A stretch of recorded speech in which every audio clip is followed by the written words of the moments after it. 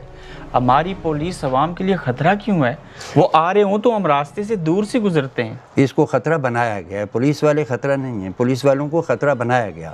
آپ دیکھ لیجئے کسی ملک کے استحکام, کسی ملک کی ترقی کا سبب امن ہوتا ہے. ریاست کا وجود جو ہوتا ہے اس میں دو مقاصد ہوتے ہیں, ملک میں امن قائم کرنا اور ملک میں بسنے والوں کو وسائل رزق مہیا کرنا. اس طرف ذرا آپ دھیان دے لیجئے. اب امن قائم کرنے کے لیے اندرونی دفاع جو ہے, دفاعی پولیس ہوتی ہے, اندرونی جو دفاع ملک کے اندر ہوتا ہے, پولیس والوں کو اس طرح سے لٹکا دیا گیا ہے کہ پولیس والے جو ہیں وہ امن قائم کرنے میں اس طرح کامیاب نہیں ہو رہے. جس ملک کے اندر امن قائم نہ ہو وہاں جب بدامنی ہو تو وہ ملک غریب ہو جاتا ہے. جناب امن قائم ہوگا, لوگ ملازمت کریں گے, ذریعہ معاش ہوگا, اس کی آمدن ہوگی, اسے ٹیکس ملے گا, اسے حکومتیں چلیں گی, خوشحالی آئے گی. اب جب وہ صورتحال نہیں ہے تو گاڑی چلانے والا گاڑی چھوڑ دے گا, نوکری والا گھر چھپ بیٹھ جائے گا کہ بھائی میرے گھر کو خطرہ ہے. تو یہ جو ساری صورتحال ہے اس کی ذمہ دار دراصل حکومت ہے. انہوں نے آج تک تھنک ٹینک نہیں آپ کی پولیس کے اندر بنایا جناب والا, ریٹائرڈ پولیس افسران کی ایک ایسی جماعت ہو جو ایماندار بھی ہوں, تجربہ کار بھی ہوں, تھنک ٹینک ہو. وہ اس وقت موجود جو آئی جی پی اور ڈی آئی جی کچھ بھی نہیں ہو سکتا, ایسا ہے ہی نہیں آج تک. مجھے کسی ایسے شخص کا نام بتا سکتے میں کبھی پی ایچ ڈی کروں اور چاہوں کشمیر کے کسی پولیس افیسر کے اوپر تھیسس لکھوں تو کوئی ملے گا ایسا؟ یوں تو ہمارے پی ایچ ڈی اس وقت ڈاکٹر خالد جو ہمارے ڈی آئی جی میر پر ہیں, پی ایچ ڈی ان کرمولوجی ہیں. ہمارے آئی جی پی جو ابھی لگے ہیں یہ بھی پی ایچ ڈی ہیں. اب پی ایچ ڈی تو ہو گئے, اب بات یہ ہے کہ وہ لکھیں گے کون تو پڑھے گا. سوال تو یہ پیدا ہوتا ہے کہ ایک سچویشن کو جب تک نہ کیا جائے گا, دیکھیے ایک تھنک ٹینک ہوگا, یہ اللہ پاک بھی فرماتا ہے مشورے سے کام چلایا کرو.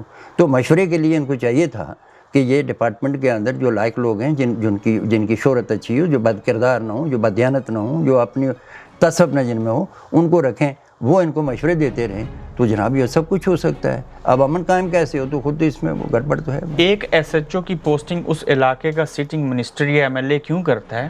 اس لیے کہ اس کو مفاد ہے. وہ اس لیے بھی کرتا ہے کہ واحد ایک محکمہ پولیس ہے جناب, کیا پاکستان کے آزاد کشمیر. فوج کا دیکھیں ایک وزیر دفاع ہے, فوج کا ایک سیکٹری دفاع ہے, لیکن نظام ان کا ٹھیک. ہماری پولیس کا نہ کوئی وزیر پولیس ہے, نہ کوئی سیکٹری پولیس. وزیر جیل خانہ جات ہے؟ نہیں, وہ جیل خانہ جات کو چھوڑیں. وزیر قانون ہے نا جی, نہیں, ہمارے اوپر جو ہے محکمہ پولیس کا دیکھیے 47 سے قبل پولیس منسٹر ہوتے تھے اسی ریاست کے. اس کا کوئی ولی وارث نہیں, ہمارے اوپر چیف ایگزیکٹو ہے پرائم منسٹر, ان کی مرضی کی بات ہے. تو پھر تو جس طرح وہ ہوگا. ہم پولیس ہماری جو ہے آج کل یہ جرائم میں کام ہوتی ہے, زیادہ ڈیکوریشن پیس کے طور پہ ہوتے ہیں. آگے پیچھے اوٹر مارا جناب, گاڑیاں چلائیں, سلوٹ کیا, سب کے سامنے سلام کیا, دیکھا سنا ٹھیک ہے, منسٹروں کے کام کر دیے, بڑے لوگوں کے کام کر دیے. کشمیر جیسے 50 لاکھ کی آبادی کے پرامن علاقے کے اندر پولیس کی گاڑیوں کے ہوٹر, روٹر اور لائٹیں یہ بجنی چاہیے, ہونی چاہیے, اور ان کو پروٹوکول دینا چاہیے. کون مارے گا ان کو؟ مودی آ کے مارے گا؟ اس میں دیکھیں نا پروٹوکول, یہ 10-15 خاندان ہوتے ہیں یا جو بڑے بڑے ہو جاتے ہیں, یہ تو پولیس ان کے لیے ہوتی ہے. عام آدمی کی تو حفاظت کے لیے پولیس کی گنجائش نہیں, حالانکہ پولیس والے بیچارے رات کو گشت بھی کرتے ہیں. موجودہ آئی جی پی سے اس سلسلے میں میری گزارش ہوئی تھی, تو واپسی پر میری ان سے تفصیل سے ملاقات ہوئی. مجھے لگتا ہے وہ اس میں کوئی پازیٹیو اسٹیپ اٹھائیں. پورے آزاد کشمیر کی جو پولیس ڈپارٹمنٹ ہے, اس کے آگے کتنے سب ڈپارٹمنٹ ہیں؟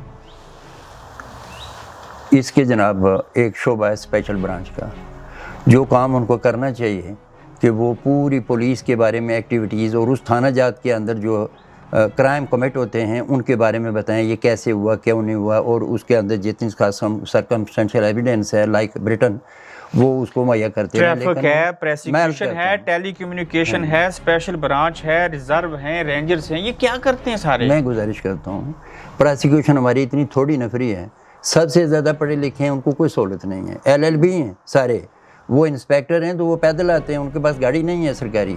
اچھا, اب جناب ایک انسپیکٹر لگا ہوا ہے پروسیکیوشن کا, وہیں 200 وکلاء صاحبان ہیں اسی تحصیل کے اندر, وہ ایک پروسیکیوٹر ہے. وہ جناب وہ پولیس کے ان 200 وکلاء کے سامنے وہ ایک اکیلا جو پراسیکیوٹر ہوگا مقدمات کو کیسے ڈیل کرے گا؟ اس میں نفری کی اضافی کی ضرورت ہے. ایک جگہ 3 4 پراسیکیوٹنگ انسپیکٹر ہونے چاہیے. ٹھیک. تو پھر نظام اگر چلانا ہو، پھر دیکھیے ہماری ٹریفک کے اندر ٹریفک پولیس ہماری تھوڑی سی ہے، اس کے اوپر ایک ایس پی بھی ہے، ایک ڈی آئی جی بھی رکھا انہوں نے. اور یہ جو پراسیکیوشن ہے آزاد جموں کشمیر میں آج تک اس کا ڈی آئی جی کوئی نہیں پراسیکیوشن کا. ان کا آخری رینک جو ہے یہ ایک ایس پی بنتا ہے ٹوٹل ان کا، باقی ڈی ایس پی جائیں گے ریٹائر ہو.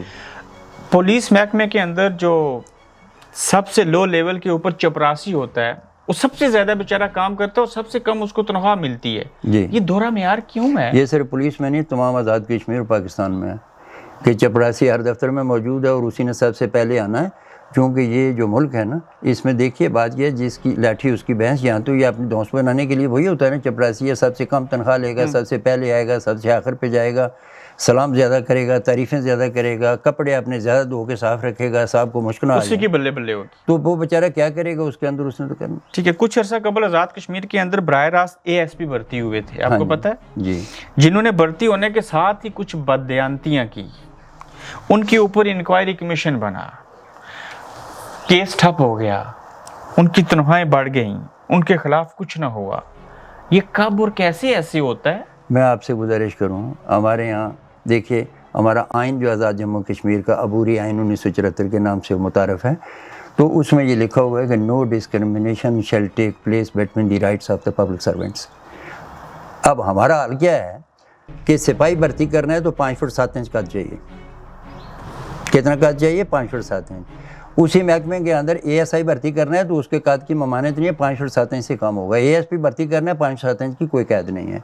آج ہمارا یہ عام بندہ بھرتی کرنا ہے تو 5 فٹ اور 7 انچ ہونا چاہیے. سپاہی اچھا اب دیکھیں میں تو نہیں سپاہی بھرتی نہیں ہو سکتی. اب جناب آپ اے ایس آئی بھرتی ہو سکتے ہیں، میں فوج میں نہیں بھرتی ہو سکتا لیکن پولیس میں بھرتی ہو سکتا ہوں. نہیں پولیس میں آپ اے ایس سپاہی نہیں بھرتی ہو سکتے، قد آپ کا تھوڑا. اچھا اب کیا ہے؟ میں اے ایس پی لگ سکتا ہوں. اے ایس پی لگ سکتے ہیں، اے ایس آئی بھرتی ہو سکتے ہیں. اب دیکھیں ہماری پولیس ریزرو پولیس کے اندر اس وقت آزاد کشمیر کی میں بات کر رہا ہوں، لڑکے ایل ایل بی پڑھے ہوئے ہیں، سپاہی ہیں. میرا اللہ قرآن پاک میں کہتا ہے کہ اے رسول پاک صلی اللہ علیہ وسلم میں اعلیٰ علم رکھنے والوں کو مقدم رکھتا ہوں. یہ اللہ پاک قرآن پاک میں فرماتا ہے. اللہ تعالیٰ اعلیٰ تعلیم یافتہ کو مقدم قرار دے رہا ہے، لیکن ہمارے یہاں وہ کانسٹیبل ہیں، ان کے اوپر جو بیٹھے ہوئے میٹرک میں وہ کانسٹیبل ہے، وہ اس کو نمبر پہ ترقی ہوگی کیونکہ اس کی اپروچ نہیں ہے. تو اگر یہ حالات ہیں تو پھر ہم ان سے کیسے اچھائی کی توقع کر سکتے ہیں؟ اس کی ایک ہی طریقہ کار ہے جی کہ یہ میں آپ کی وساطت سے inspector general police Azad Kashmir سے درخواست میں نے سنا ہے بہت اچھے انسان بہت اچھے انسان ہیں اور میں نے ان میں نرمی بھی دیکھی ہے. تو میں آپ کی وساطت سے آئی جی پی آزاد کشمیر سے درخواست کروں گا کہ ایک تو وہ جو جرائم ہیں اس کے اوپر یہ جو آپ کی شکایت ہے بالفاظ دیگر کے ایف آئی آر کے پیسے، تو یہ ایک بہت واضح پالیسی ہو جائے، پالیسی ایک طریقہ کار وضع کر دیا جائے کہ کوئی آدمی رشوت نہ دے اور نہ لے. لیں گے یہ تو نہیں. دیکھیے بات یہ ہے کہ رشوت میں کمی آ سکتی ہے. اگر رشوت بالکل ختم ہونی ہوتی تو قرآن پاک میں اس کی سزا تعین نہ کر دی جاتی. سزا اسی چیز کی تعین ہوتی ہے جس نے ختم نہیں ہونا.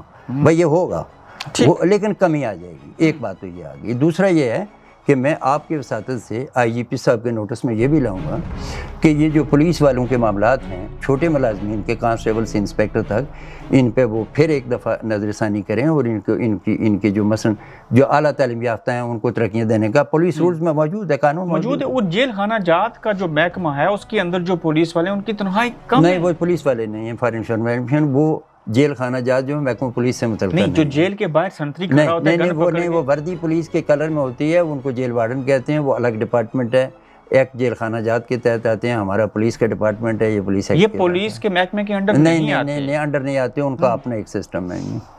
فوج، نیوی، رینجرز، میں نے دیگر فورسز بھی دیکھی، ان کی وردی دیکھیں تو بڑے سلجھے ہوئے اور صاف ستھرے ہوتے ہیں.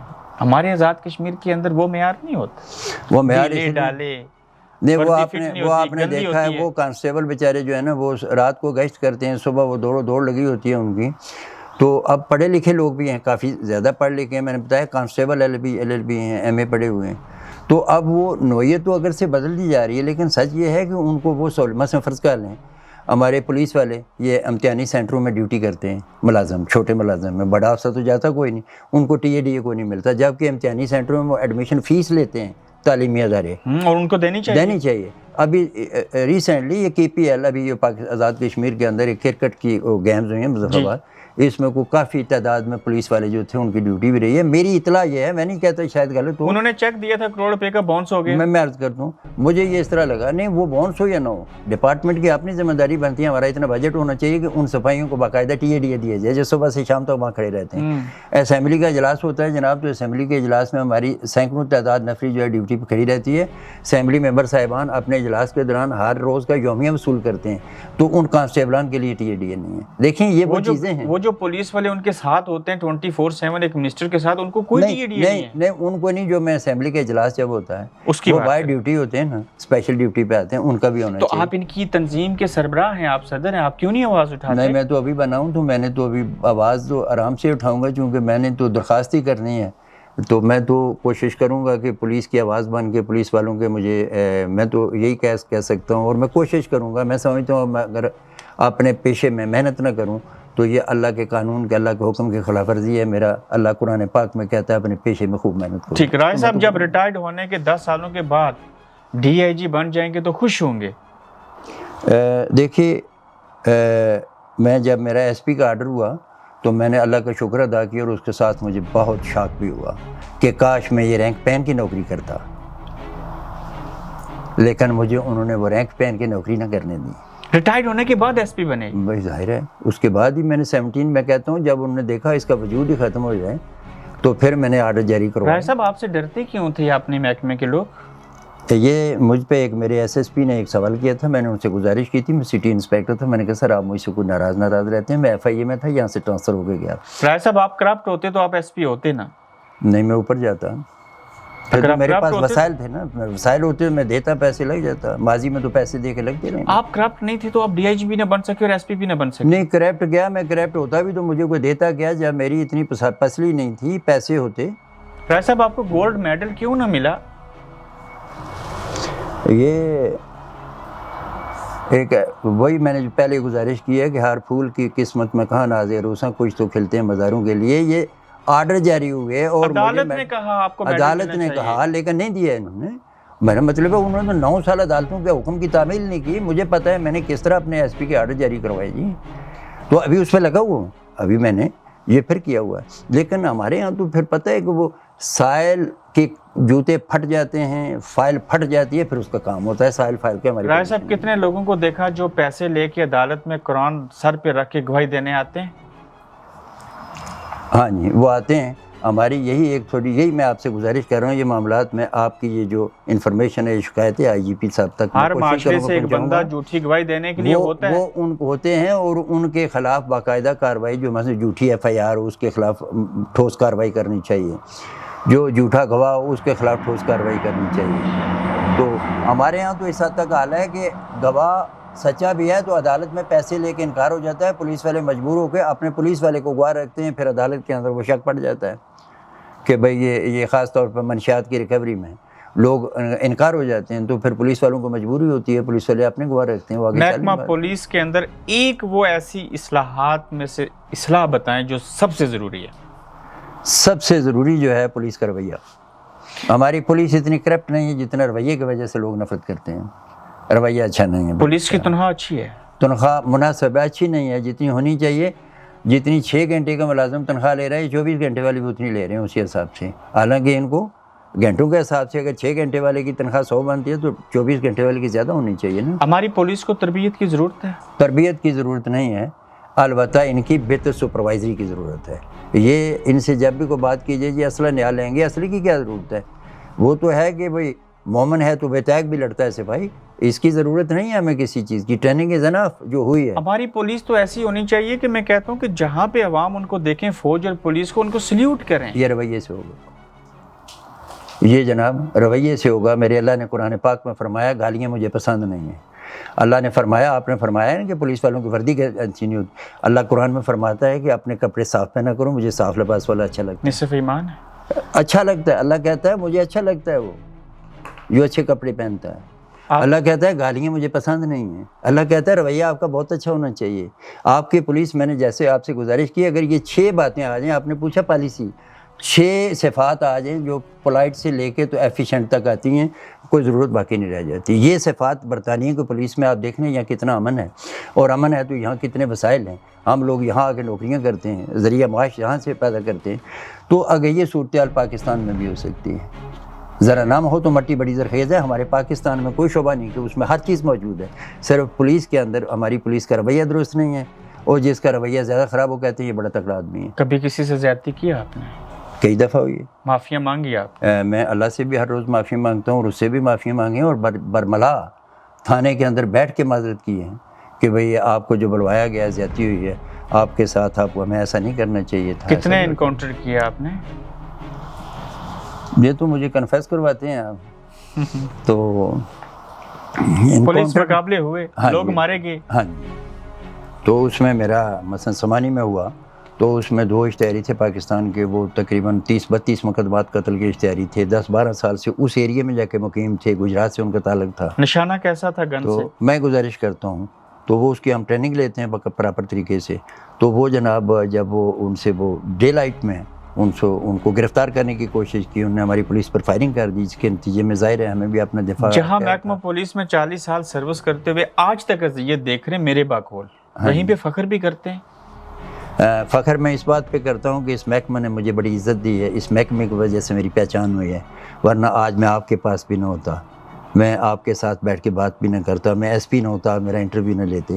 میرے اس محکمے نے مجھے عزت دی ہے. تو میری کوشش رہتی ہے کہ میں محکمے کے فیور میں، محکمے میں موجود پولیس افسران کو خوش اخلاق دیکھوں، خوش لباس دیکھوں، ان کا رویہ اچھا دیکھوں، ان کا کردار اچھا دیکھوں.